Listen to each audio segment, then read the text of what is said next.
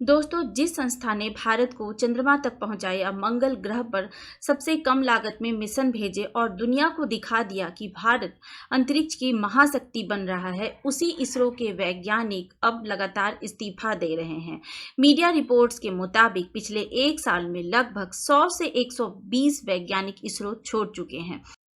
इसे देखते हुए सरकार को नियम तक बदलने पड़े। अब इसरो के किसी सेंटर का डायरेक्टर अकेले किसी वैज्ञानिक का इस्तीफा स्वीकार नहीं कर सकता। आखिर ऐसा क्या हो गया? क्या वैज्ञानिक कम सैलरी से परेशान हैं इसलिए इसरो छोड़ रहे हैं, या फिर क्या भारत में स्पेस स्टार्टअप इसरो से ज़्यादा आकर्षक बन गए हैं, या फिर इसके पीछे कोई और कहानी छिपी हुई है?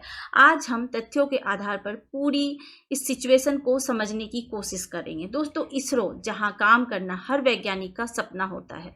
भारत में अगर कोई इंजीनियर या वैज्ञानिक अंतरिक्ष विज्ञान में काम करना चाहता है तो उसकी पहली पसंद होती है इसरो। यह वही संस्था है जिसने चंद्रयान, मंगलयान, आदित्य L1 गगनयान जैसे मिशन को संभव बनाया।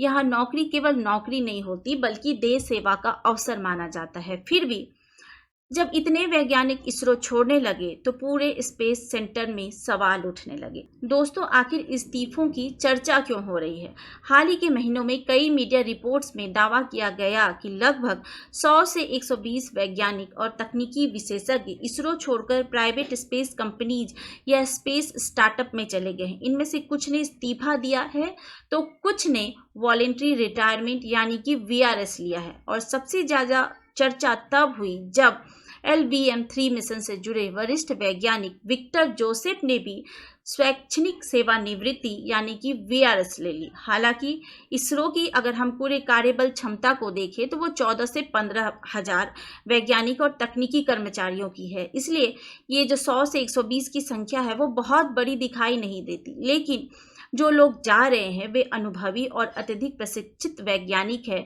यही सरकार की चिंता का कारण है। दोस्तों, अब सबसे बड़ा सवाल कि ये जो वैज्ञानिक है वो इसरो छोड़ क्यों रहे हैं? क्या इसरो में कोई समस्या है? असल वजह कई है। इसे हम कई कारणों में देख सकते हैं। सबसे पहला हम कह सकते हैं कि बेहतर वेतन, बेटर सैलरी। इसे पहला कारण हम समझ सकते हैं कि प्राइवेट जो स्पेस कंपनीज है सरकारी नौकरी की तुलना में कई गुना अधिक सैलरी ऑफर करती है। इसके साथ साथ ज्वाइनिंग बोनस, परफॉर्मेंस बोनस और स्टॉक ऑप्शन भी मिलते हैं। अगर स्टार्टअप सफल हो जाए तो वैज्ञानिक करोड़ों रुपए तक कमा सकते हैं। दूसरा कारण अगर हम देखें तो वो है करियर ग्रोथ। इसरो में प्रमोशन सरकारी नियमों के अनुसार होते हैं, लेकिन प्राइवेट कंपनीज में 25 से 30 साल का इंजीनियर भी पूरे मिशन का लीड बन सकता है अगर उसमें कैपेबिलिटी है, अगर उसमें क्वालिटी है। तो निर्णय जल्दी होते हैं, नई टेक्नोलॉजी पर तुरंत काम शुरू हो जाते हैं। और तीसरा कारण अगर हम देखें तो इनोवेशन की आज़ादी। कई वैज्ञानिकों का मानना है कि स्टार्टअप में आइडियाज़ को प्रोडक्ट बनाने की स्पीड कहीं अधिक है। कम फाइलें, कम मंजूरी और तेज एग्जीक्यूशन, यही चीज युवा वैज्ञानिकों को आकर्षित कर रही है। कुछ साल पहले तक भारत का पूरा स्पेस प्रोग्राम लगभग इसरो के हाथों में था, लेकिन साल 2020 में सरकार ने स्पेस सेक्टर प्राइवेट कंपनीज के लिए भी खोल दिए। इसके बाद भारत में स्काई रूट एरोस्पेस, अग्निकुल कॉस्मोस और ध्रुवा स्पेस जैसे कई स्टार्टअप तेजी से उभरे। आज ये कंपनियां rocket engine, satellite launch vehicle, space data और स्पेस सर्विस पर काम कर रही हैं। दोस्तों, कई कंपनियां विदेशी निवेश यानी कि फॉरेन इन्वेस्टमेंट भी ले चुकी हैं, यानी अब वैज्ञानिकों के पास इसरो के अलावा भी विकल्प मौजूद है। दोस्तों, अब ये भी सवाल है कि आखिर सरकार को नियम क्यों बदलने पड़े? जब इस्तीफों की संख्या बढ़ने लगी तो अंतरिक्ष विभाग ने एक महत्वपूर्ण फैसला लिया। अब इसरो के सेंटर डायरेक्टर खुद किसी वैज्ञानिक का इस्तीफा स्वीकार नहीं करेंगे, विशेषकर गगनयान और अन्य महत्वपूर्ण मिशनों से जुड़े वैज्ञानिकों के मामलों में। अंतिम निर्णय सीधे डिपार्टमेंट ऑफ स्पेस करेगा। इसका उद्देश्य महत्वपूर्ण परियोजनाओं के दौरान अनुभवी वैज्ञानिकों के अचानक जाने से होने वाले नुकसान को कम करना है। दोस्तों, अब सवाल ये भी उठ रहा है कि क्या यह ब्रेन ड्रेन है? जैसा कि अंग्रेजों के समय में जो ड्रेन ऑफ वेल्थ हुआ था। अब आप में से किसको पता है ड्रेन ऑफ वेल्थ के बारे में? ये थ्योरी किसने दी थी और कब दी थी? कमेंट बॉक्स में जरूर बताइएगा।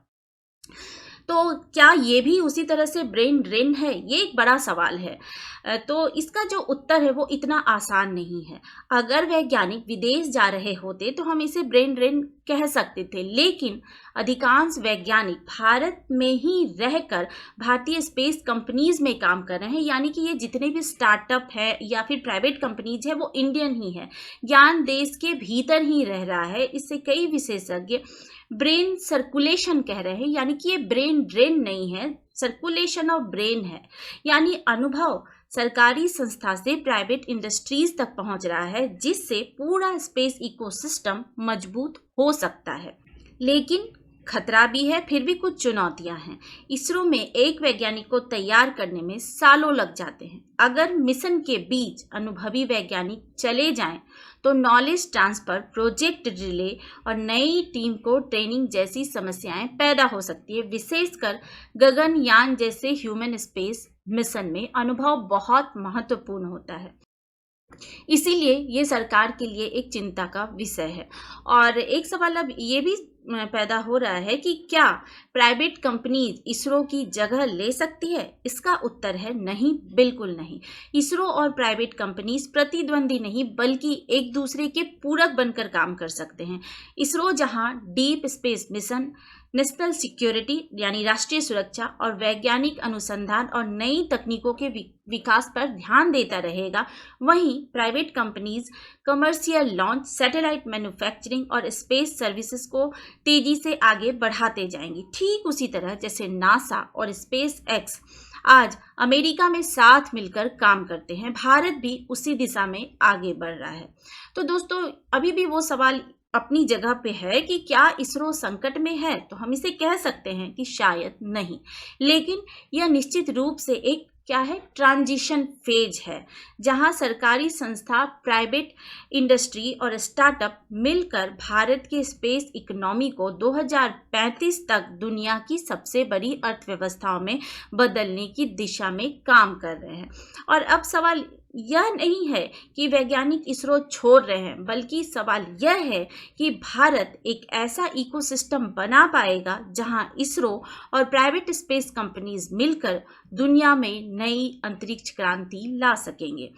और दोस्तों, एक सवाल का आप जवाब कमेंट में जरूर बताइएगा कि क्या इसरो के वैज्ञानिकों को रोकने के लिए सरकार को बेहतर वेतन और नई नीतियां लानी चाहिए, या फिर निजी स्पेस सेक्टर का बढ़ना भारत के लिए अच्छी खबर है। दोस्तों, अगर आपको ये वीडियो पसंद आया तो इसे लाइक करें और चैनल को सब्सक्राइब जरूर करें। Thank you so much for watching.